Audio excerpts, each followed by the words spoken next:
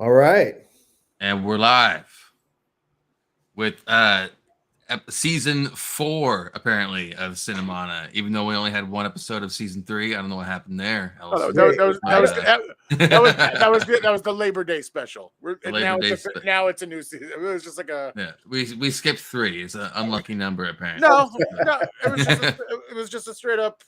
Well, that's what it says on the title card here. Oh, does it? Oh, The last thing I remember was at least the last episodes I was involved with were season 3, and I thought this was a new season. That's all. It's just been so long that you're like, fuck it. Right. 2024, season 4. You know. Yeah, the last one was when I popped in. Well, you guys were, I couldn't do shit because of the strike. Right. Well, now you can talk about stuff again. Yes, I can. It's pretty cool. But I could I could zip in and do give you strike related.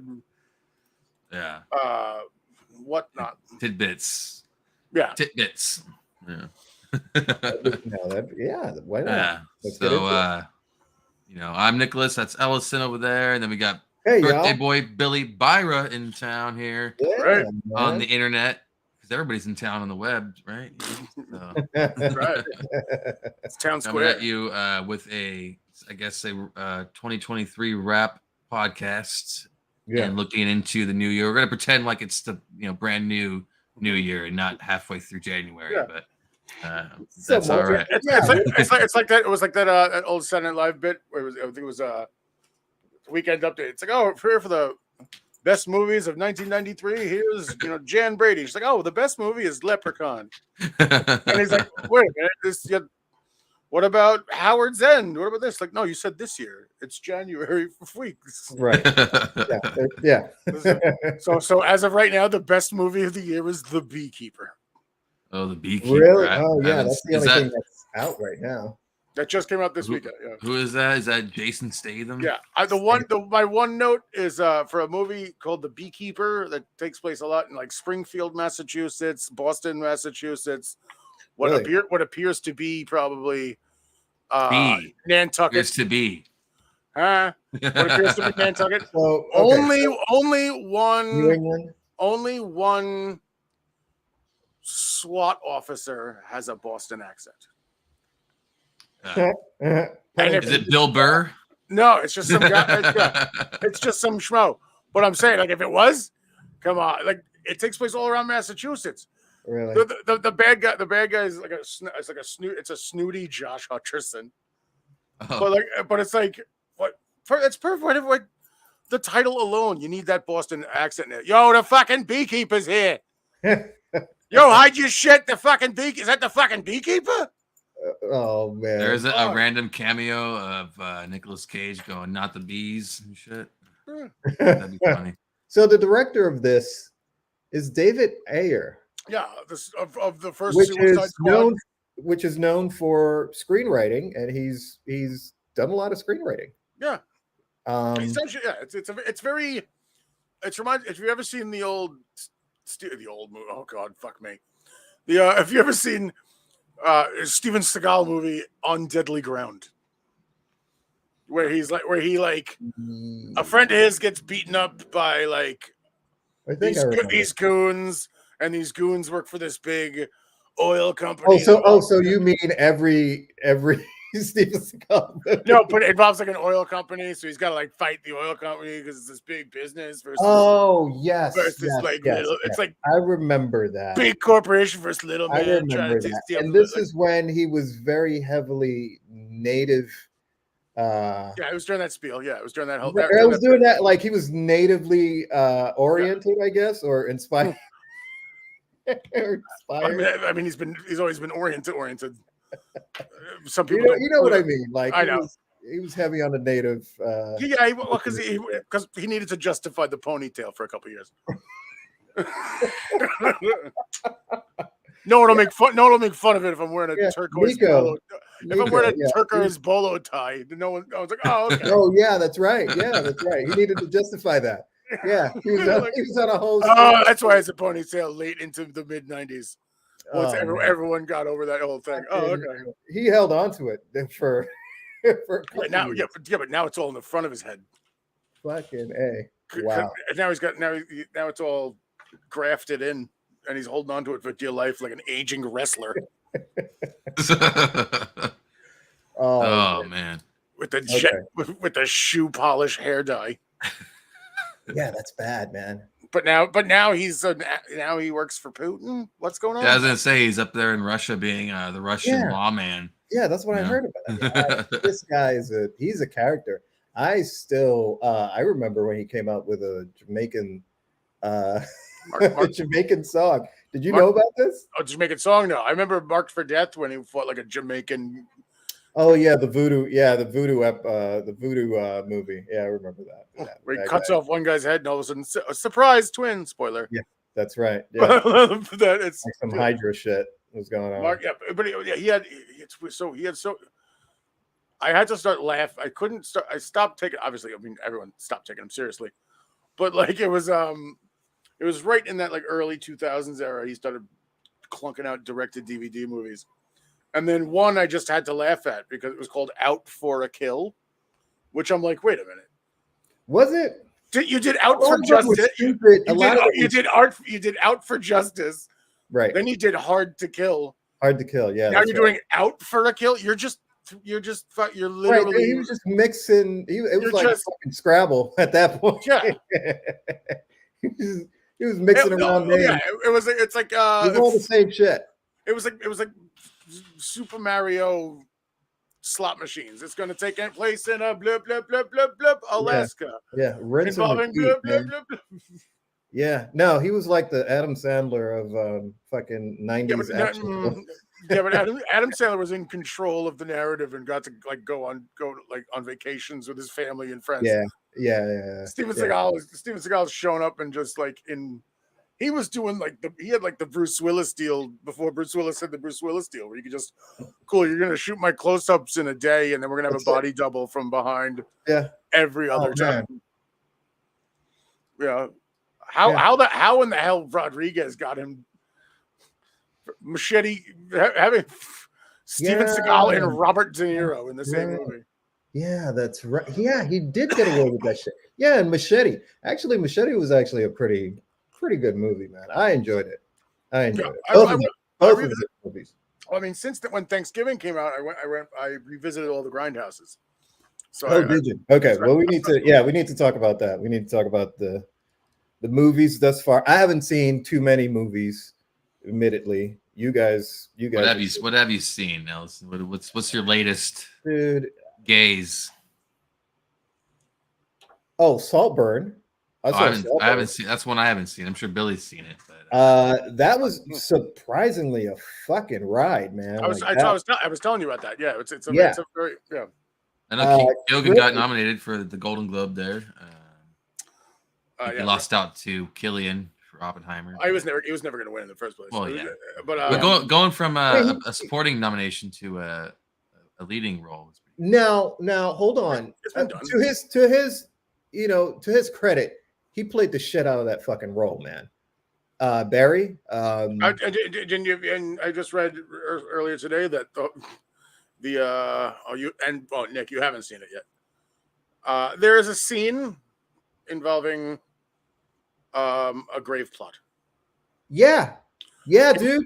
Fully improvised. Fucking yes, and I heard about that too, bro. And I was like, "What? He improvised that scene, dude? You don't know, Nick. Yeah, Emerald, you could have yelled cut. I mean, at any point, and even the director, because I heard stories from both sides. It's fucking fascinating. I heard about some bathwater type of stuff, but I bathwater too. You're not grave robbing thing. There's a lot of I would say grave robbing.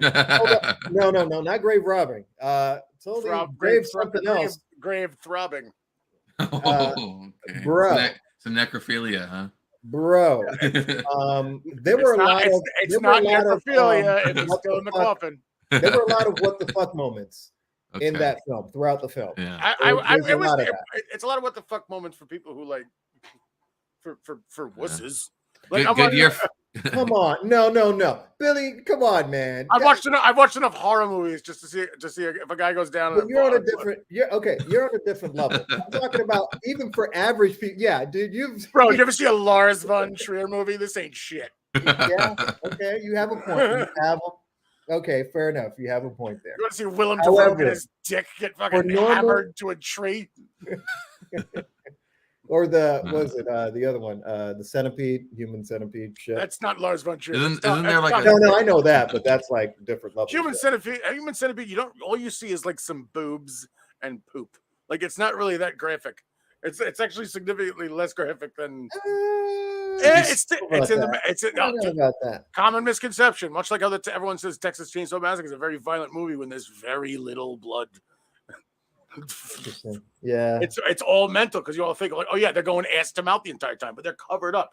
The second one, when the guy like fucking just staple guns people to their faces to assholes and steps on babies inside on brake handles. Two and three are banana balls. The first one's just designed to make you be uncomfortable and be cheesy, but then Tom Six. It gets different. They try to outdo themselves in every following film, and it just got to a point where it was just, all right. That's the rule of sequels. You guys supposed to it's got to be bigger, bigger. But anyway, getting back. All right, not to go too far, but Saltburn, for disclaimer for normal viewing audiences that haven't been stained by the extremities of cinema. Like some people, but for normal people, there were a lot of what the fuck moments in that film that was just like, what, wait, and it did get weirder and weirder, but it was very well orchestrated. The weirdest character in the weirdest character in the entire movie is the fucking math geek in the beginning. Everyone else, I guess so. This is on Amazon, right? It's on Amazon now. Yes. Yeah, it's on Amazon. You got to check it out. I'll check it out. I saw it at theaters, and then I saw it at screener or whatever. Mr. I saw Leo DiCaprio at a Killers of the Flower Moon. This guy with all the perks over here. This guy. It's getting saggy in here. I went through all that trouble. I went through all that trouble. They didn't even nominate some of the people I nominated, including look at this fucking segue, Iron Claw. Oh yeah. Hey, there you go. All right. Well, I got the A24 zine right here. Of the Von Erichs. Oh, no kidding. Yeah. I ponied up for the $5 zine there because I was like, I really liked it. So you both have seen it. Yes, I saw it in theaters. I'm sure Billy saw it in theaters. I was, and as someone who knows the history beforehand, prior to it, So it's good to kind of good take. Yeah, it's not historically accurate, but it's a great movie. Like it's just like that's my brother was sitting there like, oh, he lost the title at this time. Like, it's not about the fucking champ. It's not about that. It's about the relationship. When they also like totally exclude one of the brothers, and they kind of because you can't because so much tragedy happened in that family. If they had another brother that was there to die again, it's like wow, really? They left the brother out. I tried to. Yeah, they had to because it just would have been too far fetched. There was three suicides, and then one of an illness in Japan died. And no shit. Yeah, and like the main brother in the film is the only one that's left alive, and he's still alive today. But he's like out of the whole family, he's the only one that lived out of like 5 brothers. And that's what Zac Efron. That's who Zac Efron plays. Yeah, he gives a body transformation. But just the performance wise, like it was so like it was really good. I like even the I knew like there was something special there too. It was early on. It had nothing to do with like the final scene that'll wreck you. There's the one of the wrestling scenes. He takes a suplex on the ring floor. Yeah, outside the ring. Yeah. And he has this moment where he's like, "Oh shit!" Like, like that wasn't supposed to go that way. Really? And you bought that he just like got fucking shook, and I was just like, I'm sitting there like, is this? I'm trying to think. Is he selling? Interesting. Is he selling as a wrestler, or is he an actor? It could have been just a real. Or is it's like one of those that kind of like that's brilliant because like I don't know where the performance ends and begins in that moment of when he's right. Like, and I'm like, because that's exactly what I've had that feeling. Yeah. And that feeling is what he's like, this like, right. Like, I'm not acting right now. Yeah. Like, I can't, like, oh shit. This is real shit. Yeah. Like you lose your wind. It kind of stings. Yeah, you have to gather yourself for a moment. Well, his character busted some ribs there, so yeah. I mean, but it's like, but at that moment, it was the first moment. Like, I think that moment also like kind of sells the idea that wrestling is scripted, but it's still an athletic sport, and it hurts, and these guys beat the shit out of themselves all the time, and they're taking beatings. To be fair, it's like doing stunts, and in doing stunts, there's a probability of you getting hurt, like badly. Yeah. So a good series on Hulu to tie into it is Dark Side of the Ring, which also has a feature on the Von Erichs with Kevin Von Erich. It goes in. I think it's Dark Side of the Ring, and it has a bunch of like Bruiser Brody and those guys. But it's I remember that. There's a lot of brilliance in the movie that like there's a part in the movie it's kind of halfway in the trailer. It's like a call to action like montage with Rush's Tom Sawyer's playing. Yeah, that was really good. Now that's to you. That's like just like a good period needle drop that kind of gets the thing going, right? Yeah. Yeah, cool. Yeah, that's cool. It's a cool song. Yeah, they're gonna do wrestling and train. It's a cool montage song for the time period. Here's the beauty of that music choice. That was Kerry Von Erich's entrance theme. So it's a poignant use because it's Kerry's just getting back and he's working out. So his brother plays the song. He's like, "Oh yeah, all right, cool." Smash cut to them in the ring, them running down to the ring while it's still playing, and that's the montage because it's his entrance music. So gotcha. it's an extra trigger, more than just like a cool montage needle it's like this is like they're using. Yeah, it matters. Yeah, it's good. It's good for like the layman audience and also like the hardcore fans that know the history behind it. I mean, and then the general consensus also from people who are not wrestling fans of, and people who are, is that, and I feel bad for the actor, is the guy who played Ric Flair. Oh yeah. The guy who plays Ric Flair. Let's see here. Wait, what happened? Aaron Dean Eisenberg doesn't even have a Wikipedia page. It's not.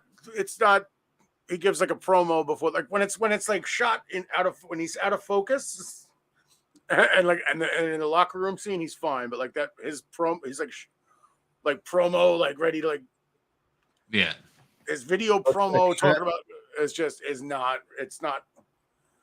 not there. Really? Like it's like maybe not that, I don't know. I feel bad because that guy's taking a lot of heat for that because it's no shit. But that's just because if it's fine for the movie, but for those of us who know who Ric Flair is, it's like right. He's not doing him justice. Yeah, I'm looking at the guy, and that's I don't know. Well, he has. I mean, he has a giant wig on, and he's in the road. He looked like he had the costume on. The costume was fine. To me, it seemed like it was like a Will Ferrell trying to be Ric Flair type of parody. It was okay. Well, the wig made him look like Will Ferrell. That's what I'm saying. In Eastbound. Yeah, it's exactly what I was. Oh yeah, I remember that. So like, he seemed like he came off the set of like Young Rock.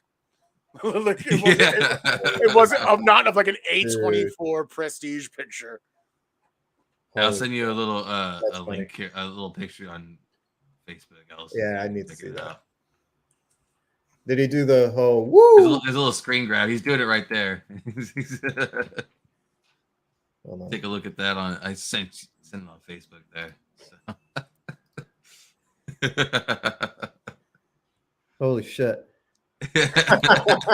yeah, he does look like Will Ferrell. Holy shit. Feel it in your plums. Yeah. Let the boy watch. Wow. But that was, I mean, but they screwed up. I mean, A24 kind of dropped the ball this year with their for your consideration stuff with a lot of their movies. Right. I mean, they were kind of pushing Past Lives, which is great. Past Lives is great. But like when it comes specifically to Iron Claw, like it should be in contention for Zac Efron should be in contention. Like he should be in the conversation. Yeah. Why do you think he's not? Is there like some sort of that's like? That's what I'm saying. That's what I'm saying. Yeah. Everything else had some sort of like festival buzz, or something, or was it kind of like halfway done, or like was already kind of like. This movie came out right before a hurricane Warner Brothers of like Wonka, Aquaman, Color Purple. Yeah. They had their first screening, like for your consideration screenings, was held the day, at least for SAG, the day that SAG voting began. Screeners didn't go out until about a week later. So people have already been like voting probably like since then, and they've had access to this stuff since before that. So it was kind of just very, and the only advertisement they really did, they were trying to reach out to WWE to do some sort of like cross promotion thing, but at the time they were out of the country, so they couldn't really meet up and they couldn't finalize anything. So they ended up what they ended up doing was co-promoting it through their the rival promotion, which is housed on TNT, which is owned by Warner Brothers Discovery. So they weren't really going to give them that much airtime for a movie that's competition for 3 movies of theirs coming out. And the promotion wasn't even any of the actors or anything. Also, like it was also like one of the executive producers of the movie is a wrestler in AEW. He has a role. He has a small role in it. But so and they brought out Kevin, the surviving Kevin Von Erich, and his 2 sons. And they like wrestled because they still wrestled. And they came out because the show was in Texas, and that's a fucking very niche audience. That's an audience of people who are going to see the movie anyway. Yeah, so like there wasn't any kind of festival buzz. There wasn't any kind of and they weren't able to properly get people available to see it, so it wasn't nominated for Golden Globes. They kind of like I said, they had the first screening for it the day voting began, and a screener a week and a half later. That's like some people got all this stuff and already like made their minds up about already. Yeah, it just sounded like there was just bad timing on like the release. But that's a lot of A24 stuff. The window of like the award, like A24, like a lot. The other things they're pushing are Past Lives. That just recently came out too. So that came out in June, so they had time to do it. Like this would have benefited. I didn't know it was out for that. Okay. This would have benefited from Iron Claw. Would have benefited from a festival premiere. I feel, which is like they're all doing. Everyone's got like Toronto and shop it around in festivals at all. Toronto, no, it's A24. So. Oh yeah, that's right. They don't need to. But Toronto. I think Priscilla was A24, and they brought that that was in Toronto. And they the Palm, what's called Cannes, this and the other. But this is Iron Claws, Texas. Like if they would have held off and brought it to like South by Southwest in Austin. Right, that would have been good. That's a perfect little. Yeah, that would have been perfect to be honest. Well, and you add that little kind of that little nugget of buzz. Yeah, it would be in the conversation over. Well, don't count it out because the Academy only starts voting. The Academy still he can sneak in there, but he hasn't gotten anything else because the A24 is kind of not really. I'm not holding my breath for it because but it could be. He would never. It is what it is. So, but based on having gone through a lot of the for your consideration stuff, a lot of it, like they A24 has been kind of lax with promotion, especially with that project. They're all in on Past Lives, but they didn't really. I mean, just, not to knock past lives, but it's like it's. I wonder if it's an oversaturation issue because they have a lot of stuff. Just That's fine. I mean, but this. Yeah, Okay, well, this might be it too. Well, this is like that A24 only had a handful. Like they weren't going to put out like, like talk to me. Like they weren't going to put out. It's just like maybe they just weren't like confident in the whole premise either, because sometimes these movies, like wrestling movies, don't historically do that well. Yeah, but they put it out at the specific moment in December. It's true. It's one of those. If you're putting it out, and apparently it's for what it is. It's been doing pretty well. Yeah, it's good. But that's the thing. But it's like it's not going to get the proper recognition. Yeah. I mean, it should get. But it wasn't even eligible. It wasn't even eligible. Chavo Guerrero, the professional wrestler, he was the wrestling coordinator, like the guy who ran the stunt team. He made them run matches. They wouldn't do like move sets, cool cut, next position, move sets, cut, next position. They would have fucking matches. Wow. And shoot different angles. And Chavo was training them all, and all these other wrestlers and stuff were not even eligible for SAG stunt ensemble. Interesting. Wow, no shot. It was wild. It was one of those. There's a lot of weird stuff. There's a lot of stuff that learning through that. It's like, but Sean Gunn was eligible for Best Supporting Actor in Guardians 3. That's weird. There's some politics there, isn't there? I don't know. Yeah, Chavo Guerrero Jr., stunt performer. Yes, yeah, he was a former wrestler. He was a former wrestler. He's Eddie Guerrero's nephew. Yeah. He did all this stuff for Glow. Okay. Yeah. Yeah, I'm looking at him. Yeah, nice. Okay. And he's from Texas, so like he knows. If you even go back and look at when the Von Erich fan at the end of the movie, it said, well, it's not really a spoiler, but at the end of the movie, there's like a graphic pops up that says like in 2009, the Von Erich family was inducted into the WWE Hall of Fame. And if you watch that induction in both his speech and the speech by like everyone introducing him, involved Texas wrestling families, and everyone dropped the Guerrero name of the Guerrero family. So if anyone's gonna learn how to teach these guys how to be a family of wrestlers, right? Yeah, it's Chavo Guerrero. I heard that they're gonna do one of that family too. Is that like? Well, that's the thing. It's like because this is so this is everyone in their door wants. We should do this. It's like no, it's story. Right. Yeah, it's like let's do the Chris Benoit story. Whoa! That was supposed to happen. Really? With Liev Schreiber called the fucking Rabid Wolverine. Yes. But you wouldn't get the proper rights because if you go back, if you watch, I've seen Iron Claw since I've had screeners and stuff. I have seen Iron Claw on different occasions, and one of the times I saw it at home, I followed up with a different wrestling movie, which is also a wrestling movie about a family of wrestlers, but it's produced in-house it's co-produced by WWE Films and Dwayne "The Rock" Johnson, called Fighting with My Family. Oh yeah, I heard about that one. Yeah. I remember seeing this. Yeah, and starring a very young Florence Pugh. So that's just such. It's so wild seeing like here's this movie, here's A24 producing a very.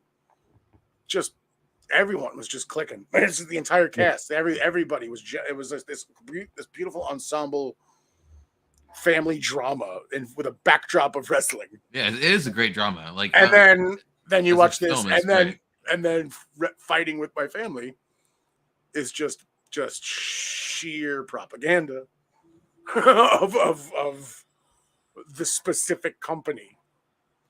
Really? Yeah, because it's all like it's like they have this like they put in this whole thing like when she was a kid she had like paper championships and her brother would hold up these paper championships.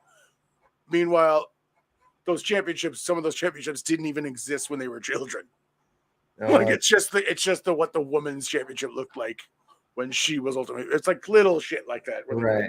Yeah. Okay. But was it? You're saying okay? Was it You're saying propaganda. Was it like promoting a specific wrestler? Yeah, I mean, yes, it was a specific wrestler who's still active now. She's in AEW right now. Soraya, Soraya Knight. She went by the name Paige. She was played by Florence Pugh. She's English. So in a way, it was kind of sponsored.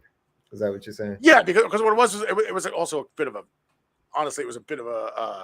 an ego trip for Rock, because he saw a documentary on. There was an actual documentary about the family, and he wanted to make a movie out of it. Of course. But he made himself the hero that gives this girl this chance. Of course he would. But then here's the beauty part of this whole thing in this fictional universe where he gives this young upstart a chance. There's Vince Vaughn plays like a wrestling trainer. And the whole thing is like he tells a story about how he got injured in a cage match or whatever, but blah blah blah.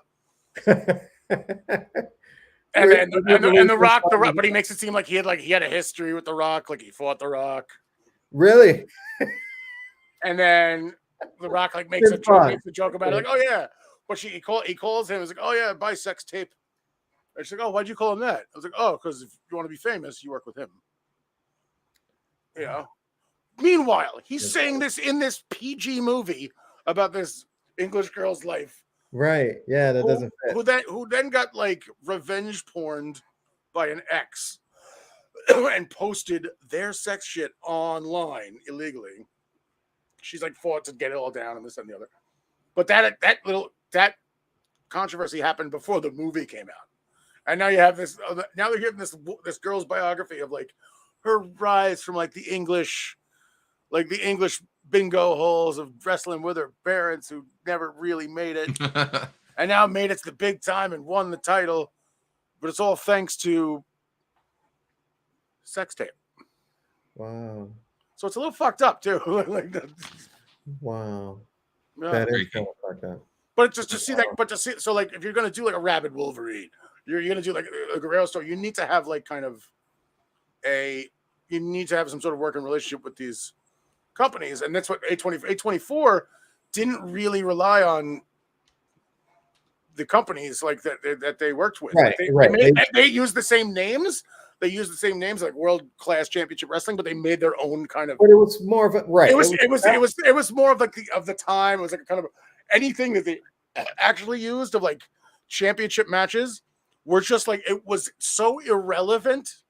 The championship matches were so irrelevant to the movie that they were just on TV out of focus. Right. That wasn't the actual footage from the actual match was on out of focus. Right. It wasn't. And you'd hear the sound of it. No, it's about the family. Right. It was more of a background element. Yeah. Right. It was there. It was around, but it didn't take the forefront. It wasn't the main stage. The family was the main stage. That's what it was. Yeah. And then the Iron. That's what the Iron Claw. That's the name of their father. The father, Fritz von Erich. That's his finishing maneuver was an iron claw on someone. So it's just they've all kind of, but also it's symbolic for the hold that family has all over you. That can't be broken. Oh, that's interesting. It's a beautiful flick that's again not getting the attention it deserves. Wow. From bad timing, man. It's perfect. It's perfect timing. It came out at the perfect time to do it. It's just it's not just about release. It's borderline not award session kind of timing. Because that's on the studios. It's still it made the eligibility factor of it, but when you're not making the people who are voting for it eligible to see it or able to see it, they're not going to vote for it if they don't know what the fuck it is. There's I guess so. I mean, there's technical fuck up there. By the time. However, by the time voting started, but at least for SAG, by the time voting started, it was already able to see, you're already able to see Barbie, Color Purple, Poor Things, American Fiction. You're all able to see. You were able to everything that got nominated. You were already able to see. Yeah. Or they held screenings for it. Like I said, they held it the day that they started voting. Screeners were available a week later. They were late to the game by bringing it. But But that's my whole point. It's my whole point. But that's yes. If it would have came out in June, they wouldn't have had this issue. Oh, yes and no. Like I said, they definitely wouldn't have had this. They definitely would not have had this. Color Purple came out a week later, and it's nominated for stuff. It's a matter. You got to get it. You got to get it into the. That doesn't make any sense. You got to get it into the hands of the people who are the ones doing the voting. So yes, it's eligible to come out by coming out in December, like every other fucking award movie. Ferrari came out theatrically on Christmas Day. I had a DVD of it, a For Your Consideration DVD of it, on Thanksgiving. Yeah, I remember you telling me. So like that, it's not about the release date. You got to get into the heads of the people who are the voting. Wait. Are we talking? Okay. The Academy Awards haven't been announced. Voting only started this week. Right. I'm talking about from my point of knowledge from SAG. It was they were eligible to be voted for, but it wasn't. They didn't make it available to the nomination committee until the day voting began. That for their first in-person screening, and they didn't make it available digitally or physically until about a week and a half later. So what Billy's saying is that just because it came out and was eligible doesn't mean that anybody really saw it. It's a game. It's a political game of like all the 4-year consideration. Yes, it's eligible to come out on this time. If you can't get people to who are gonna, you got to get it onto like. You got to get it to people before it's on like top 10 lists. It's got to be already like I said, like you get festival buzz. There's people who've already seen it. There's already got a word of mouth. Like Billy, as a SAG member, is getting DVDs, mailed to him, or whatnot, and whereas he doesn't have to go see it in theaters. So that's, I guess, what they do for the other. But they did offer. They did offer for people to go see it. Right. But they offered a screening in theaters with a Q&A with all the guys who play like Jeremy Allen White, Zac Efron, this and the other. But that happened to be on the day of that's voting began. Because speaking of Jeremy Allen White, how about that Golden Globe for The Bear? Yeah, that's true. He did get that. Yeah. If you guys have seen that. So did AO. I started to watch The Bear, actually. Just to great. It's a great series. I thought it was. It's not bad. I mean, I'm starting off, and it's got my attention. If you come from like a lot of people come from Shameless and then watch that and they're like, oh, it's just the same character, but it's really not. You gotta look at the nuance to it. It's the same niche as like. Yeah, that's like saying Adam Driver only plays Italian guys, and he did Ferrari. And Jeremy Allen White only plays guys from Chicago. They yell a lot. Down on his luck, Chicago dudes. I mean, Paul Giamatti played the same shitty record producer in 2 movies, like back to back, and Love and Mercy, and that's true. Speaking of Paul Giamatti, we got the Compton. Holdovers. Yeah, Compton. Yeah, which I wouldn't mind if he sneaks in and steals it from Killian. For the Holdovers? Yeah, she'll probably win, but she won the Golden Globe. She'll probably take the Oscar. Oh, wait, what are we talking about here? The Holdovers. Which act? Who? Divine Joy Randolph. Oh, okay. Yeah, you think she'll steal it from Killian? Is that what you're saying? No, she'll coast to the finish line. I wouldn't mind it if Giamatti snuck in there and stole it. Oh yeah. You think that would happen? I don't know. I feel like as good as that movie was, which I loved it a lot. Actually, it felt like a great period piece, and the way it was filmed was really a throwback to those 70s and 80s style. Yeah, it was really nice. But I felt like it was a movie that was written for Paul Giamatti, and then he just played it as Paul Giamatti. That's just kind of like how I saw it. But it was good. He played to his strengths. I mean, it's Alexander Payne. You feel like it was written for Paul? You mean the guy who wrote and directed Sideways wrote a project for Paul Giamatti with Paul Giamatti in mind? What a dick!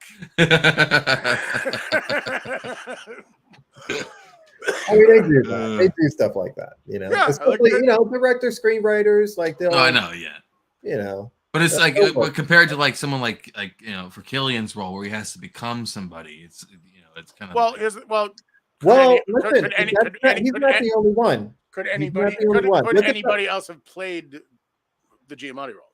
Well, no, that's what I'm saying because it was written for Paul Giamatti. That's different. And Oppenheimer was born because he got Oppenheimer because someone gave Nolan a book and he stared at the picture. He's like, you know what? Well, you have Oppenheimer, but how many other people, how many other actors are playing actual people? You have Maestro, Bradley Cooper, and then you have I just finished that like a half hour ago. Yeah, Coleman Domingo, playing Rustin. So these were actual people, and Cillian Murphy. And we just had a 30-minute conversation about the Von Erich family. Yeah. Right. Yeah. A lot of biopic. Yeah, I mean, no. Well, okay, and granted, we've given them enough attention. Well, no one's been nominated. You got Combs. You got Combs Spiney played Priscilla, and Jacob Elordi played her Elvis. And there's a lot of just because you play a real person, it's always a very kind of a. It's one of those like stereotypical things as to like how to get an award thing first. My point being is that there's a lot of actors, like everyone's kind of focused, in my opinion, everyone's kind of focused on Cillian Murphy, and the fact that he played Oppenheimer. But I'm like, well, first off, there's a bunch of other good actors in the category that have been nominated, and they're not, and Cillian Murphy isn't the only one playing an actual person, which is, that was my point. Yeah. Right. That was really my point, because a couple of other people are paying actual people. And to be honest, out of everybody on here, I don't know. Cillian Murphy's, Bradley Cooper is being looked at. I haven't seen the movie Maestro, but I'm hearing. I think he didn't get a SAG nom. Well, those don't come out yet. Have they come out? They came out Wednesday. Oh, Wednesday. Okay, I was gonna say we're getting some spillage here. Yeah, right. No. It was everything. It all went up. Spill to spill. They all hey, were announced. Where's my shirt? They were announced. They were announced Wednesday. He did get nominated for Maestro. I don't know. Right. And then director. We got Leo DiCaprio got nominated for a Golden Globe, anyways, for Killers, which I haven't seen yet. You saw it, Billy. Yeah. You get to see it first with the dudes. I've seen it. I saw it in theaters twice, and then I saw it because I went there when I went and saw it. I went to the screening. Guy from What's Eating Gilbert Grape has come a long way. Sure has. Sure has, man. The director, the DGA put out their list. That's award season. The GGA, the nominated for because so go the unions. So go the critics. The critics are whoever wins the awards in the unions because like they kind of give you a favorite. Critics' Choice are going on right now. Directors Guild, you got Gerwig, Yorgos, Nolan, Payne, Scorsese, no Cooper. Gotta find a free stream for this here. Interesting. And then the Producers Guild also is usually a good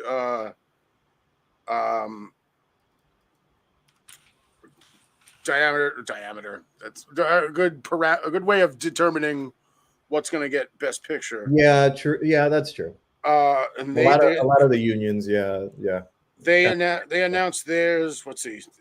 They had 10 nominees. There's American Fiction, Anatomy of a Fall, Barbie, Holdovers, Killers of the Flower Moon, Maestro, Oppenheimer, Past Lives, Poor Things, Zone of Interest. That's from the DGA? That's from the Producers Guild. Those are the 10. Okay. So. We got also the fucking Emmys are on tomorrow, right? Yeah, man. Award season. Well, the Emmys were postponed because of the strike. Oh yeah. Like usually that's in like September. Yeah. Well, the fucking Oscars are usually in February, but they're going to be in March this year. Yeah. Well, that first got bumped after. Is it because of the Emmys or what? No. I mean, it's that was during all strike shit or. Well, yeah. I mean, honestly, if you want to be honest, like the Oscars actually used to be in March. Oh, they were, huh? But then they bumped them up earlier. They bumped them up earlier. They used to be like late March. They did it in April. 2021 when they first came back? It was April or some shit. Or was it 2022? Or yeah, that was a weird one. But like it was in the train station. I was joking around. I was joking around with they were saying because you can only play with you have to play theatrically for 1 week in New York and LA to be eligible. And because everything closed down, I was joking around being like, all right, well, I guess that means best supporting actor, Jim Carrey, Sonic the Hedgehog. since all the movie theaters closed down. Yeah, right. Yeah. But then you got. Yeah, I remember at one point they pushed it back because of COVID.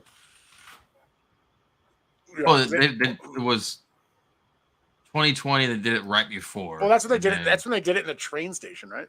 The 2021 was the train station because 2020 was like February, so everything shut down in March. Everyone was there. Yeah, it was already done. So it was already over. As fucking like Italy's dying, and they're like,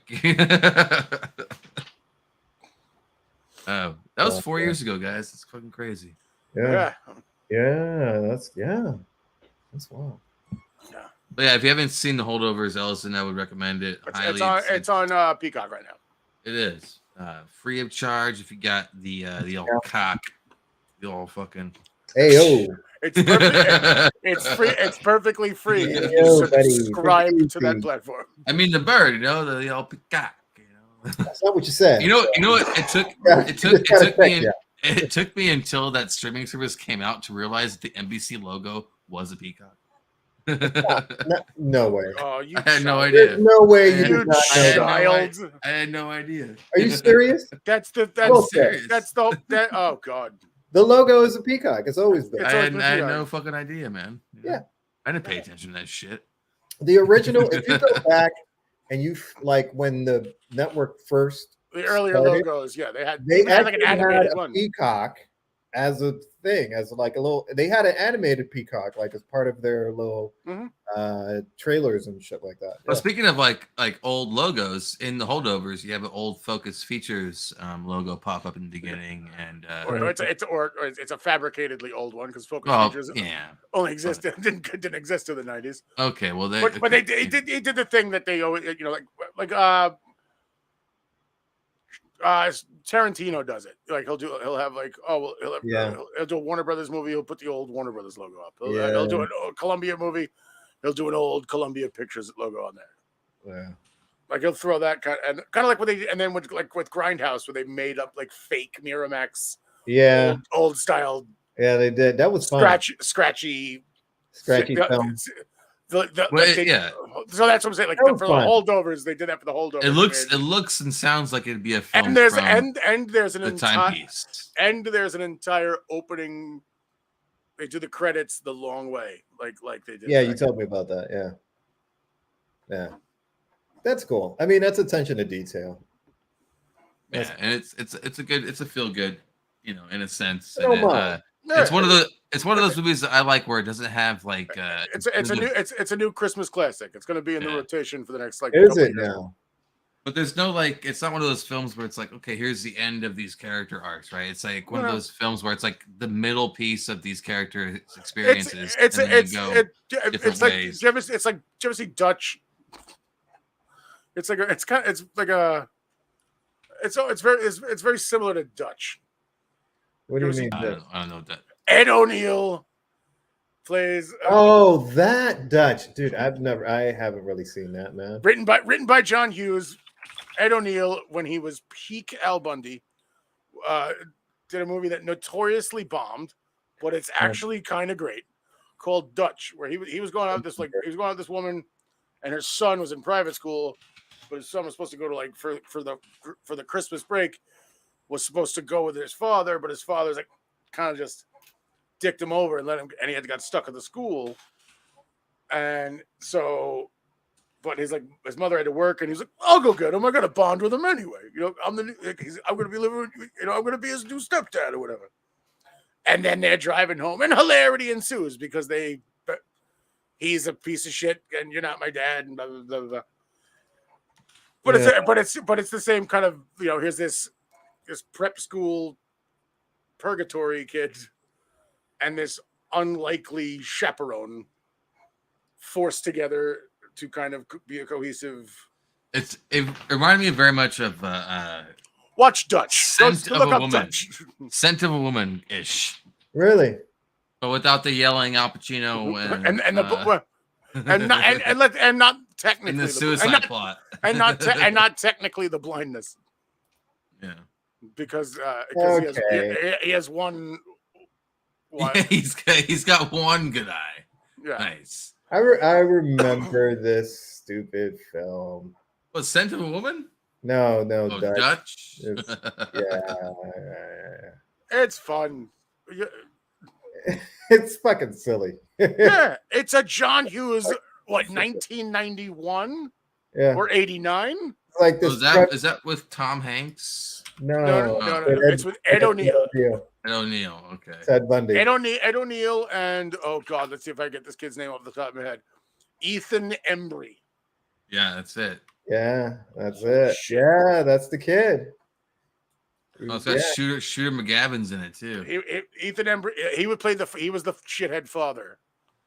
Ethan Embry went on to become the 4th Rusty Griswold in Vegas Vacation. He was the lead in I Can't Hardly Wait. Yeah, that's right. I remember that. Nice. Holy shit! Wow. Yeah, it's a stupid film. But this was a very like yeah, it's a good old throwback little nice little character piece. It's just a good. The only any quabbles anyone has of it is just because of its nature, because it's Giamatti, like going kind of full Giamatti, and because it's just this, period piece, post Vietnam 70s private school movie, like of old. It's just going to be this is a really good movie. But it's not going to. But she will win. She will. I will say right now. I will say that Divine Joy Rydolph will get Best Supporting Actress. Okay. And that kid in it, Dominic Sessa. It's his first fucking role. That's another impressive thing. He killed it. Yeah, it reminded me a little bit too of Freaks and Geeks kind of style too. It's his this kid's very first movie, and he's just thrown into the deep end and asked to swim with the dolphins, and he kept up. So that's another best part. It's like who the hell is this piece of shit? And by the end of it, you're like, oh my, like you have Divine Joy Randolph, who's definitely gonna win, peak Giamatti, and then who's this new fucking kid? And you're like, what? Where's it? Why isn't he in the conversation for nominations? He's got a bunch of lower circuit, small town film, festival awards and stuff. Yeah, like Film Critics Association. Yeah. The fucking Chesapeake Bay Film Critics Association. Actually, yeah, it kind of does. From Jersey. Yeah, Cherry Hill. Oh, that's Philly. Fuck off. That's a Philly suburb. That's right over. That's like that. Cherry Hill, New Jersey to Philadelphia is like Jersey City to New York City. Yeah, it's just right over the bridge. And I'm looking at it right here on the old Google Maps, and it's right there. Yeah. Yeah, that's that's the part of Jersey where they're all Eagles fans. Nice. Yeah, that's I like how Cherry Hill's next to Maple Shade. It's good naming style there. Okay, I gotta check it out. New Christmas movie, huh? Yeah, because it's like he's Is that Christmas? Is what? Yeah, it's about a private school is like they're closed down, but for the holidays. But like some kids don't go home for the holidays; they're stuck there. And they're stuck and then one staff member has to stay with them, and then Giamatti gets settled with that, and he's like the teacher that everyone hates, and it's like, ugh. Yeah. Okay. And Divine Joy Randolph is the or Randolph or Rudolph? Randolph. Yeah. She's the head of the kitchen. Yeah. The chef. Yeah. Cafeteria lady. she's the Jeremy Allen White of the school there. So cool. All right. I gotta check it out. Yeah, I'm looking. I'm on their IMDb right now. Not bad. Yeah, it's just been Only Murders in the Building. Yeah. Okay. Yeah, and she was also in. She was in that. What was that show with Johnny Depp's daughter got jizzed on? What? Wait, what? What show? Oh God, what was it? This is a show? Well, that was like the thing, like the pilot. She's like a Lily Rose Depp is like a pop star or whatever, and she like gets involved like The Weeknd, who's like a cook, who's like a cokehead fuck. Oh, The Idol. Yeah. Yeah, she was in that. Wait, what? So wait, hold on. I never seen this thing, but wait, are you serious? This happened? So like in the first episode, in the first episode, there's she's like prepping for this tour or whatever. And like, oh, they're dealing like a crisis because there's a picture comes out of like her with like cum on her face. Oh, and it's like, oh God, what are we gonna do? This and the other. And then like, and it starts off like this. Yeah, and then the weekend, she runs into The Weeknd, and he's like a weird shady DJ thing, and then so like real life. And then he's just like, and then he's like, yo, making your album cover, and it's like. But it's like it's all her mother just died, so she's all just kind of. It's supposed to be like this like whirlwind, like this pop star just going on a fucking tailspin. It's only like 5 episodes. It's really weird, but there's a lot of great people in it. Yeah, I heard that it was weird. I heard it. Had a lot of weird shit happening in it. It's not that weird. It's not. It's not. Yeah, it wasn't. It was just. It also was just not. It was. I don't know. It was something missing from it. But it was. Everyone in it was great though. It was Rachel Sennett was in it. She was in Bottoms. Okay. Hank Azaria. Oh jeez, that guy. Oh God. Hank is good, man. I'm a Hank fan. Who else was in there? What's her face? She's in like, oh my God. She was in Hung. She was in, oh my God. A lot of good little character actors in there. Yeah. Trying to make that thing work.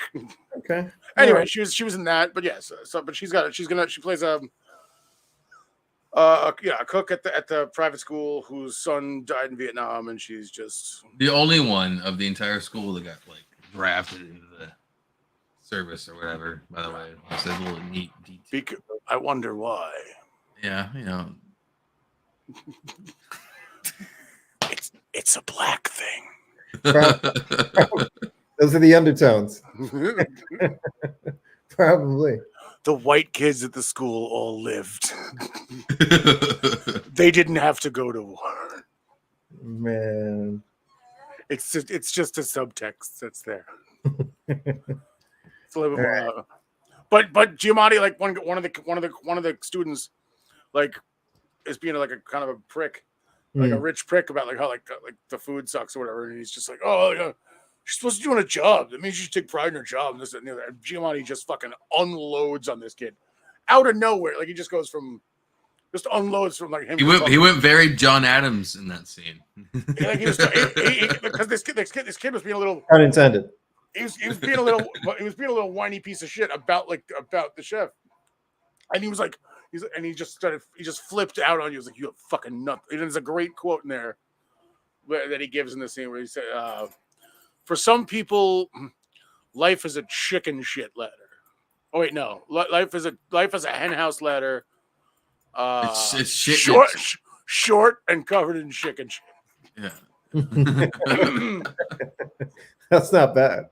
I'm doing it poor justice, but like the delivery was slightly better. He drops a lot of pearls.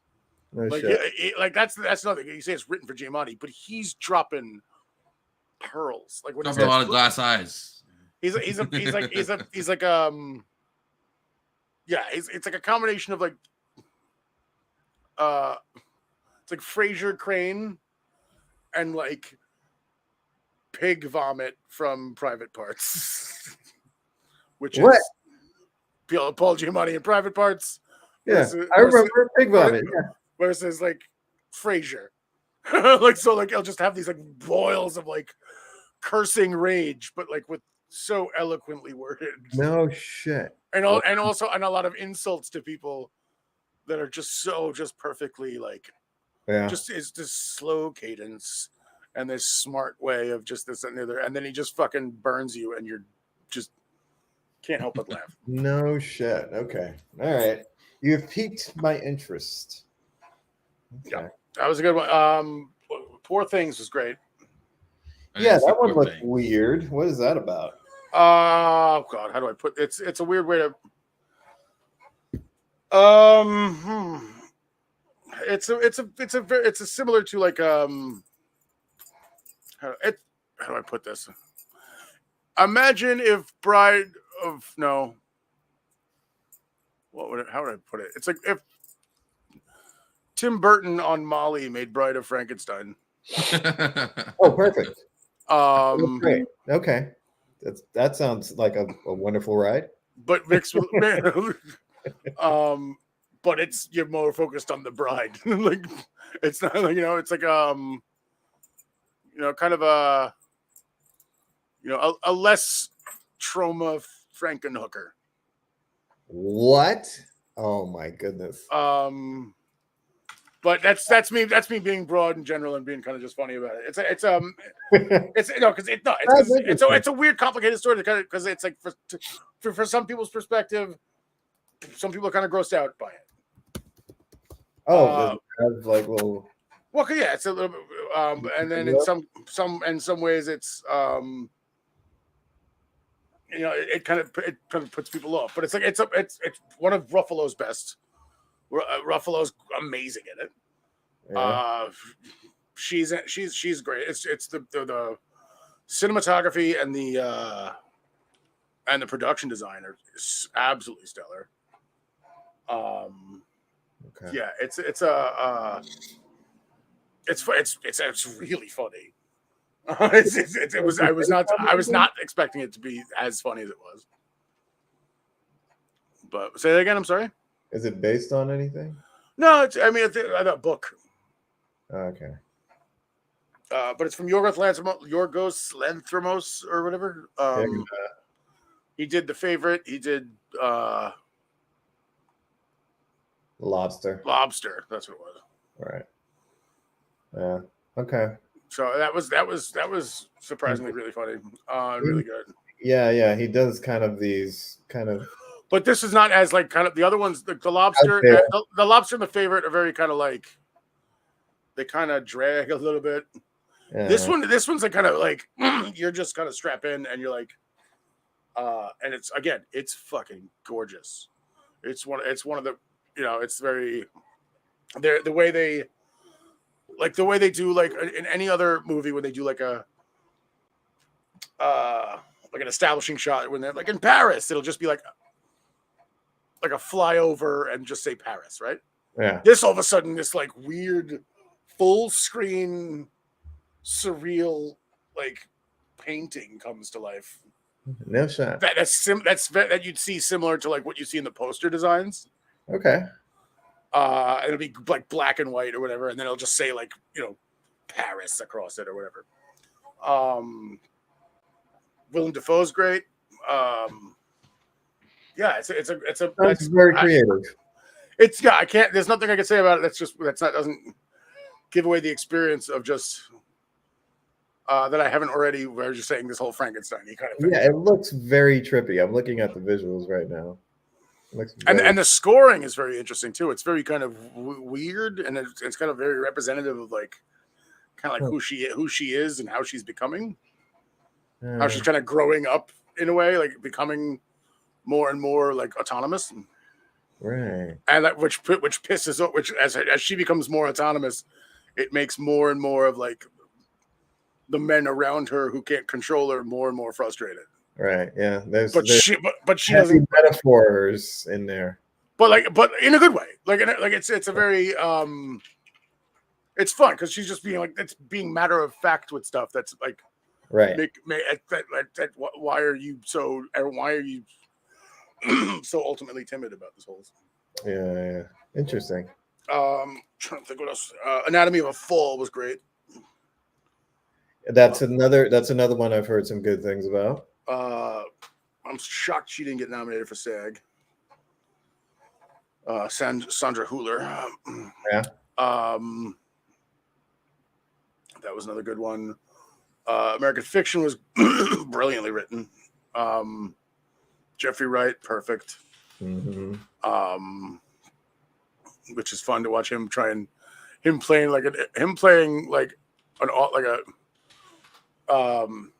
this like author who's like all just pissed off that like other authors are like selling like proper black works, but they're all just like street bullshit. Yeah, and then him try to pose as like it's funny because here's this guy who I was introduced to, this actor whose first character I've seen him play was Peoples, the drug dealer from 2000's Shaft. Yeah. I remember that was the first time I saw him. I was like, who's this guy? Who's this guy just tearing into peak Samuel L. Jackson and little post-American Psycho Christian Bale. Christian Bale was in that film. A lot of people forget about that. Man. And Toni Collette. That was a crazy cast for that. That was a great cast. Yeah, and a lot of people didn't know about Christian Bale up until this movie. Like, and I knew about him. I mean, he popped. He was in like Empire of the Sun and like Newsies and shit. Right. He was like American Psycho had come out like maybe just like the year before. Right. Yeah. You know, so it was like kind of like, and that was like he was in like a niche. He was like a. Yeah. But he started. Yeah. He was like very like Scott Speedman level. Like he wasn't like no one took him fucking seriously. You know, he's like just this. Right. He started to get more serious stuff. I think this was kind of like his.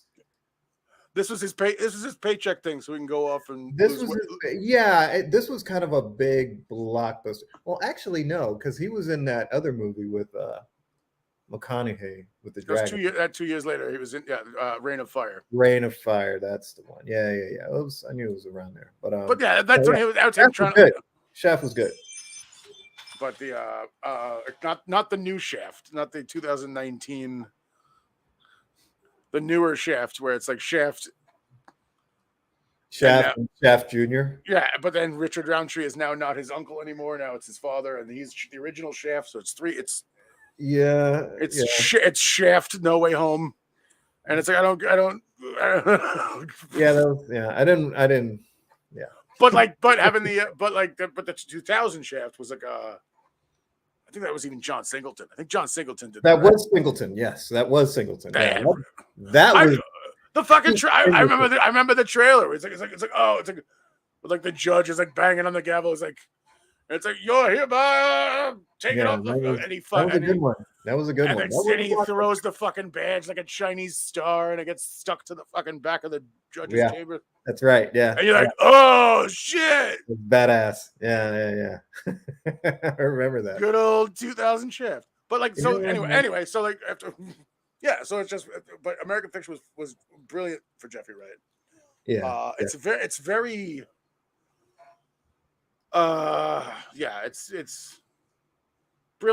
brilliantly written, but there's parts of it that I wish they could have elaborated on a little bit more and did more of like devices that they used early on. I wish they would have kept up with. But that was, I'm trying to think what else is. Maestro was fine. You said you talk about Maestro because I wasn't. There was parts of it that were good. It was all right. I just finished it earlier. It was all right. Yeah, it was. I felt like it was like, huh? Ellison, have you seen it? No. I haven't seen it. I felt like it was like hammered home too much, and it was just like a lot of it just moved too quickly for me in terms of like the periodic elements of it, and the stylistic choices I think were a little bit too off kilter, where it tried to be too artistic and tried to like replicate like the time period, right? Let's go black and white in the 40s, and then let's move into like the 60s and 70s and introduce color, and then as we get to the 90s and 80s, let's go into widescreen. It just felt like it was too it relied too much on the artistic aspects of it, and I mean, there's a couple brilliant shots. There's a bunch of really gorgeous. Yeah, there's one that I really like, where Carey Mulligan's character Felicia is watching, Leonard Bernstein like conduct, and she's watching from behind the stage, and like his shadow is dancing across the curtain, and in reality, like the shadow should obscure her, but it looked like they did a composite shot where the shadow doesn't obscure at all, and she kind of like comes through the shadow and it dances around her as she's watching him. I like the whole Thanksgiving Day parade sequence. Yeah, in the house, and you're like, you're like, oh, like to keep it on that full frame wide, where they're on just opposite corners, in this fancy pants fucking ritzy high ceiling department on Thanksgiving Day in New York City, and then all of a sudden, like, right, fucking in the middle of this fucking couple's argument through the window, it's just fucking Snoopy. No shit. It's I'm sitting there just baffled. Like I'm sitting there being like, they haven't cut yet. They haven't cut yet. Like look at it. Look at him go. Look at him go. No shit. That's cool. That sounds interesting. Yeah, it's a passion. It's a passion project. I would appreciate that. But it's a passion project that he still won't get an Oscar for. Yeah. But Nick, you're saying that it was like what, they kind of leaned on that too much, or it felt like it, yeah. It felt like it was a bit too on the nose in terms of, Huh? Oh yeah, speaking of on the nose, there's a little bit of manufactured backlash of Bradley Cooper, wearing a prosthetic because he's playing a Jewish character or man who existed in real life. But it looked. The guy had a schnoz, right? So he had a nose. Here's the thing about that. It's jarring on YouTube. It's jarring watching it on your phone or online. When you're actually watching it like in context and through the movie, it's not like Nicholson and Hoffa, where you're like, oh, he's clearly wearing it's part of it, and he's just doing the whole thing. It's like it was just more obvious, I guess, in the I mean, he wears prosthetic to portray an older person, and it looks better, and does look better when he looks older. Although the old makeup version of it looks more like Leslie Nielsen. But oh man, it was interesting to me, like the beginning of the film. But there is one scene though, where like they could have kept going with the makeup, because he's wearing like a sweater with that with a wide neck, and you can see that they just stopped with the makeup at like the neck. Oh no! So it almost a little accidental makeup farmer's tan.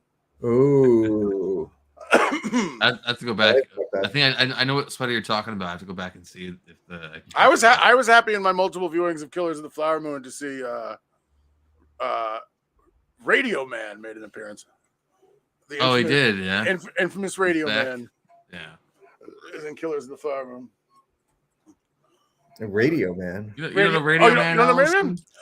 So Radio Man is a notorious like background actor who mostly plays like homeless guys or like beggars, this and the other. He was, I think his most famous role was in Zoolander. He was the model for Derelict, the homeless like brand that they had. He was yeah. So and he's a real actor who like gets to be in background a lot of sets. Always has like a bicycle, and like a radio around his neck. There's a documentary about him. I think Robin Williams was like a big supporter of his, and he would have him come on his Radio Man. He's been, but he popped up. I saw him in the mirror of like when I like how I'm on his cast list here on Wikipedia. In all these films, it says himself, but then in Killers of the Flower Moon, it just says bum. Because radio's a bum. Somebody different in that time. Yeah. Well, also be confused. It'd also be confusing because at the end you have Martin Scorsese, and he's technically the Radio Man. Wow. Fucking A. Spoilers. The Radio Man, yeah, he's got a little radio. Holy shit! I met him when I first moved to the city. About my second month there. I was on set with him for Reese Witherspoon's Sweet Home Alabama. No shit. I met Radio Man there, and he was actually. This was late September 2001, so productions were starting back up again after 9/11, and people were recognizing him on the streets. Like, weren't you in Zoolander? Because that's the same time. That's around that same time as the movie came out. And that was the first movie set I was on when I first moved to the city. Was Sweet Home Alabama. You can actually see me. I'm in one of the first scenes, like across the street. I'm in a big. No shit. I'm lit. You can't see my face, but you could clearly see that's me walking like that. It's my shape. Yeah. It's like you can't see my face, but you can see my shape. I was walking back because my brother's friend Eric used to work for a craft service company. So I went to go visit him at work. Conveniently. But like it was on the set of this. He wouldn't. I was trying to get him to get me onto the set of X2. But instead X-Men or what? Yeah. Excellent. Yeah. Nice. And 2000s, early 2000s. This was 2001 this was September, late September 2001. Yeah. Wow. was when I that's when Zoolander came out. That's when I was on that set. Wow. That's crazy. Crazy, man. But he's in Killer, so it's good to see him still kicking. Nice. So I gotta watch Killers of the Flower Moon. Gonna watch. Speaking of Killers of the Flower Moon. Speaking of Killers of the Flower Moon, we could pivot to Killers of the Flower Moon Night. Echo. I did not get a chance to watch that first episode.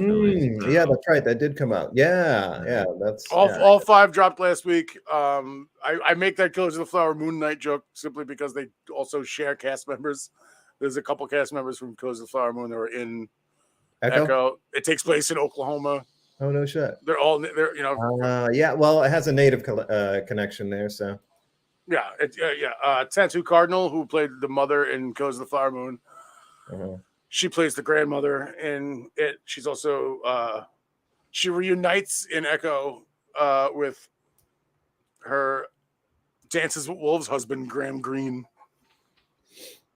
The Native American chief from Dances with Wolves and his wife. Yeah. That's he's in there too. Echo's grandparents. Yeah. No shit. Wow. Yeah. I got a pee break, guys. You guys talk about Killers. Right back. Okay. Cool. Oh, we're talk a little Echo. I was switching over to Echo. Yeah. It's a good segue. Yeah, all 5 episodes dropped last week. They officially made. If you go to Disney Plus, they officially made all the Netflix shows canon.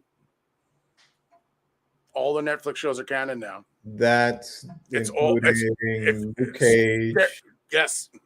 Which is going to be confusing once Blade starts coming out, and also because Alfre Woodard is in Civil War and Luke Cage. But as of right now, all the Netflix shows are now, if you go into Disney Plus, it's now entered into like in timeline order. Really? That's interesting. Yeah. That's interesting. There's parts of it that do kind of. I mean, it's probably some slight changes. And Daredevil's gonna come back out. They're doing another. Daredevil makes an appearance in Echo. Right. Yeah. Kingpin is involved in this. There's some flashbacks that shows little scenes but it kind of doesn't look like it's. It doesn't look like they're flashing back to old Netflix scenes. Yeah. They do have like little things that kind of. Like it makes it seem like. I was watching this one thing where they're saying it's kind of like the Netflix and what they're doing now is like slightly different, so it's okay. It's like you could probably just say like, oh, this is just like a slightly altered universe of the way they've done it.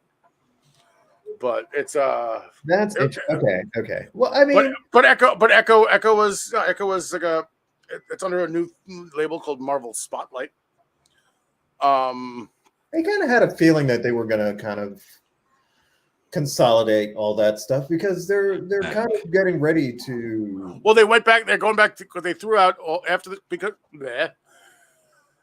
they were shooting Daredevil Born Again right before the strike started. Yeah. Then when that got shelved for the strike, when the strike ended, they went back and went over the stuff, and they're just shit canning everything they did, and they're starting over. And now that they've done this choice of making it canon, they're bringing back Eldon Henson, Deborah Ann Woll as Foggy and Karen from the Netflix series. They're back now. They weren't originally back for Born Again.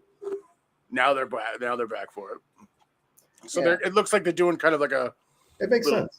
A little reset. This is Marvel's first TV MA show. Well, think about it, right? It would. Fulton Reed, one of the Bash brothers. It would make Mighty sense Ducks. if they didn't do it that way. That's right. Also in Killers of the Flower Moon. Oh, is he? He has no lines of dialogue. That's a bummer. Whatever. He collected a check and he got to sit in that set. Fuck him. Rock and roll. He got the credit. Yeah. Fuck you. Pin me, pay me. Good for him. Doesn't matter. You got a front row seat to watch Masters at Work. Whatever. In that insane ensemble.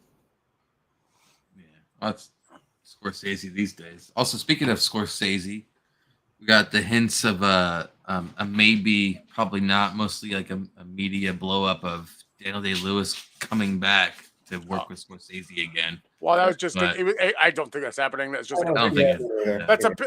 They're taking a quote out of context of something that he said when. Of course. When he was there. Yeah, he's not doing it. Like one of the first public appearances of, DDL over there doing an award presentation. Well, because it was an award thing to I think it was like some career thing for Marty, and of course he's gonna come out for it because he was like. Yeah, there has to be a project involved. Like if there isn't a project involved, probably just But do you think I've always thought that he's not quite as done as he says he is. I feel like he has one more, towards the end that he'll come out and do. Because why wouldn't he, right? I know it takes a toll. At the same time, why would he? Like he's done. Yeah. He doesn't need to, right? He really doesn't need to. Do you really shelve the passion forever? Yeah. You can move on. You don't know he could, maybe he has it's health issues. Maybe his wife doesn't want him to do it. Like this. Maybe he wants to finally what, I don't want to become this weird character for 6 months and get in my own head. I want to see my daughter graduate high school. Like you don't know what the guy's story. Right. Yeah. I want to go there. I want to go to my daughter's dance recital, not fucking Bill the Butcher. Right. It might get to a point where he just kind of wants to move on and kind of put that. But he never really did. Behind. He never did a like a cash grabby thing. No. So maybe he'll do a My Right Foot. He's stupid. Maybe I'll do that. That's a good one. Call it Pins and Needles. Michael Caine retired this year too. Yeah, I heard about that. Yeah. Michael Caine. Yeah, Michael Caine. Yes, that's how you say his name. That's how his name is pronounced. If you want to pronounce his name the way he pronounces his name, you just say my cocaine. That's how you. Yeah. You just throw a little tang on it. More cocaine. There you go. Hello, I'm more cocaine. Oh my god. Yeah, that's the right pronunciation. Pretty much. But Echo's kind of good. Echo, and then there's What If. What If was in between as well. I'm trying to think of all the stuff we've missed. Marvels came out. Yeah, that's right. Yeah, there's a new season of What If. Yeah, which I heard some good things about. What If was good, and then oddly enough, like if you haven't seen What If yet. I have not. No, I started like the first episode, but I got a little distracted. The last few seasons were interesting. Well, they were fun. The last one. The last season. There's only two. Yeah, there's only one. There's only one. There's two seasons. So this is 2 seasons. So like this. They introduced a new character that's never been in comic books before. Also, ironically, a Native American character. Everybody freak out. And then the actress who voiced that role is actually plays like Echo in Echo as like one of her cousins. So it's starting to get very Star Warsy, where it's like, oh, okay, the voice actor's now doing another live action part. What? And then speaking of that, I just read that Disney Plus is thinking about trying to do a What If style for Star Wars. No. That's what they were talking about doing. That's not. I mean, you already have that with Rebel Moon, right? So. That's not either. That doesn't count either. No, that's just no. That's just kind of it's okay. They had something like that with Star Wars Visions, which was interesting because that's different animations with different directors, and they were kind of like shorts, little animated Star Wars shorts. Right. One was like samurai oriented, futuristic, so they had some interesting stuff. It wasn't bad, but I don't know. How about that? The news of the new Daisy Ridley film coming out. Yeah, that should be good. That should be fun. I'm down. And then we have who else got the green light? John Favreau. Yeah, that's right. You got the. I feel like that's not going to be the title because that's kind of a lame fucking title. The Mandalorian and Grogu. It's kind of like, it's what we already know. Like, let's give it an actual title, it's easy. It's easy to remember. I mean, think about marketing, so it's easy to remember. Yeah. It's gonna be they're probably gonna stick with that because they want to still shake everyone from saying Baby Yoda. Right. Yeah. Pretty much. And by calling it simply that, like it's not like, what are they gonna call it? Like The Mandalorian, and then weird, stupid stuff, like stupid The Last of Us in space, or like the Ghostbusters, that new Ghostbusters movie that sounds like it's a fucking mobile game. Frozen. Speaking of new Ghostbusters, we're supposed to get another one, aren't we? Yeah. That's what I'm talking about. That's the joke I'm making. Is that it sounds like it's a mobile game. When motherfucker Ecto Cooler. It's right there. There's your cooler because it's cooler. Frozen cooler. No. Let it go. No. Not doing it for me. Sorry. Instead of Frozen Empire. Sorry. Yeah. Well. Yeah. I mean. Oh no. I'll see it. It sounds cooler. Huh? It sounds cool. No, but Frozen Empire sounds cooler. Pun intended. Nice. Does it though? Oh man, it sounds pretty hot. Especially when you have another fucking movie coming out. I think it's the same month. When you have Godzilla X Kong. How are we pronouncing this? Oh yeah, Godzilla Times Kong. Times Kong. Godzilla and Kong. I don't know. What are we doing? Godzilla Times Kong. The new Empire. It's in the Monsters universe, right? Yeah, it's a pink Zilla now. That's cool. But what? How the fuck was it Godzilla times? I don't know. It's not. It's like I don't know. It's Godzilla small x. It's what do you? Yeah, I don't know. Yeah, it's Godzilla X. Yeah. Godzilla times Kong. Yeah. The new Empire. So it's like there's too many things that are empires. So just be. Oh, yeah, they even in the trailer even in the Ghostbusters trailer, Aykroyd says like, "Oh, it's a death chill." Fucking call it that. Yeah, actually, the death chill sounds Ghostbusters death chill. Yeah, that actually sounds pretty cool. Like, oh, ooh. That actually sounds badass. You know. But yeah, I don't know. Frozen Empire. It's just Frozen Empire. It sounds like a fucking. That sounds like a new Disney ride.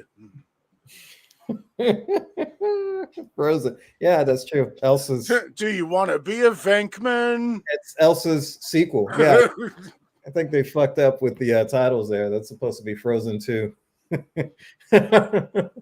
Yeah, just call it Death Chill. Ghostbusters Death Chill. All right. Unfortunately, guys, I am jumping off. Oh, no problem. Yeah. We touched base on like some of the basic stuff of you know, like the wrap up of the award stuff and all the. It's been what 5-6 months since we were actually able to get together and do this, all three of us. Yeah. Right. It's good to kind of come back together and still chat around. We still got it. Yeah. Oscar nominations come out, I believe, next week. Yeah, the 24th. I have surgery on the 22nd. But yeah, so like yeah, it should be interesting. I'm holding out for that one. Just I mean, he's never gonna win it, but if Zach can get that kind of sneak in nom, because there's always sometimes those sneak in noms. Now that they've moved Academy voting separate, it used to be like.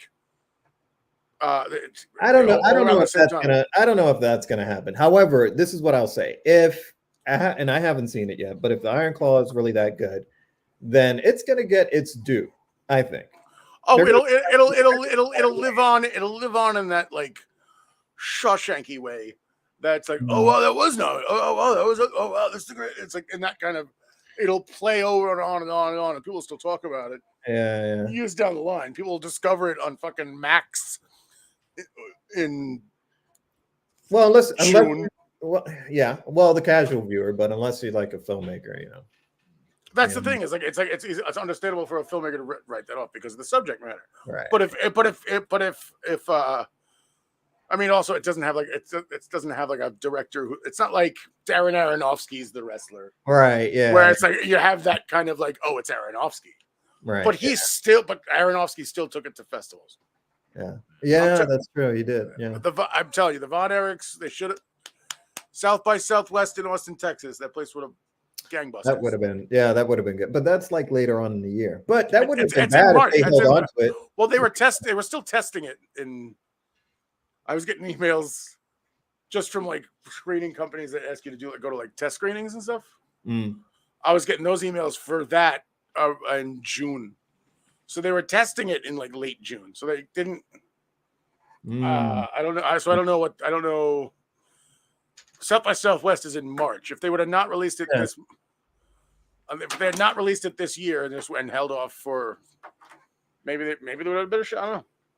But that's the thing about it. Like you don't really know that this is the strat. You kind of just hope and pray that this is a just system of like okay, it has to come out before this year, and they pick the best one. No, motherfucker. It's a lot of it is political. It's a contest. You need to be able to. You need to be. Yeah. It's okay if you're eligible. You still need to be able to. I was getting screeners for stuff that had no fucking shot. There was one guy. Oh my god. This one guy, this was like almost like The Room. It was like The Room bad. It was like this like Italian guy was like a stunt guy in Hollywood. And the whole movie is like he's a stunt man, but it's also a musical. So like the first scene, I'm like watching this like badly. It was just like it's like you'd see from like a bad cop TV show acting. And they go, cut up. Like, oh, and the guy's like, oh, he wasn't in the right position. He missed punch. Like, oh, we'll fix it in post. Post. We'll fix it in post. And they just bring it to us. I'm like, what the fuck is this movie? Wait, what? They sent that out. They couldn't get Iron Claw. All right, guys. I think time to call it night here. Ellis has got to go. Oh yeah, sorry, man. Yeah, I gotta jump on. I mean, if you guys want to still, I'm calling it too. Yeah, dinner's ready over there, so I'm gonna eat some food. And I got 40 more minutes. I got 40 more minutes of this time zone birthday. and the get the most out of it. And the dispensary across the street from me found out it was my birthday, and they gave me a big old free boy. Oh, there you go. Nice. All right, sir. All right. Like, yeah. Spark up properly. Oh shit. Not bad. Yeah. Not bad, man. They hooked you up. They're good people. Shit. Well, happy birthday, man. Thanks again for making it. Happy birthday, Billy. Thank you guys. It was good seeing you guys. Good catching up with you guys. I guess we'll see in season 5. Hey, listen, my bad, man. I thought new year, new season. It's all right. We'll roll. Whatever. It's doing episode 2. Like roses are red, violets are blue. It is what it is. What are you gonna do? Same shit. But yeah, man. All right. So after, we'll probably reconvene after they make all the award announcements. Oscar awards. So we'll see. We'll catch up then. Catch up on some stuff. We'll talk. We'll talk more once. Yeah, well, there's Echo. There's the what ifs. Echo's all. They're all dropped. They're all done. Yeah, that's what I'm saying. So what if they did 9 episodes in 9 consecutive days, and then Echo was a full series drop of all 5. Yeah, that's not bad. So all right, I can binge. All right, guys. All right. Have a good night. Take it, guys. This is fun. Peace. All right, later.